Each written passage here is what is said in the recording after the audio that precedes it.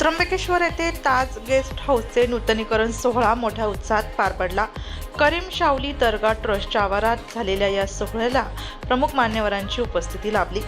यावेळी करीम शावली दर्गा ट्रस्टचे अध्यक्ष सदरुशेठ कोकणी, उपाध्यक्ष नईम अत्तार, ज्येष्ठ नेते दादाभाई अत्तार, निजाम मेमन, सुनील लोहगावकर, सुभाष सोनवणे, अमजाद मनियार, मुज्जू अत्तार, सोनू खान, सैफ अली खान, आकिब कोकणी, आबिद कोकणी, दत्ता गुंड आणि ज्ञानेश्वर गुंड उपस्थित होते। हाजी अब्दुल राज कोकणी यांच्या विशेष प्रयत्नामुळे या गेस्ट हाऊसचे नूतनीकरण शक्य झाले आहे।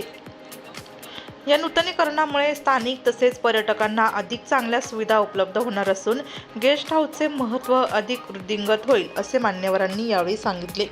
सोहळ्याचा समारोप शुभेच्छा आणि एकमेकांचे आभार व्यक्त करून करण्यात आला।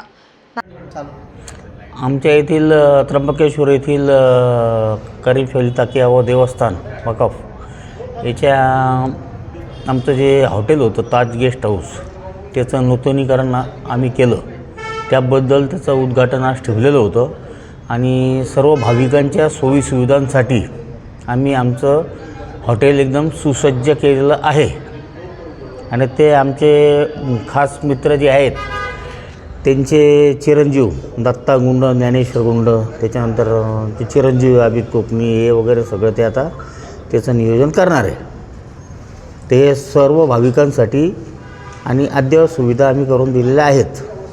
ते याचं उद्घाटन जे आमच्या येथील ज्येष्ठ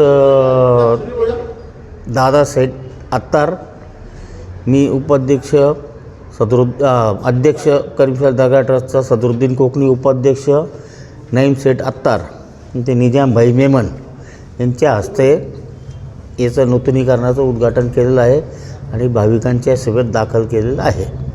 नाशिक लोकशाही न्यूज ब्युरो रिपोर्ट, नाशिक।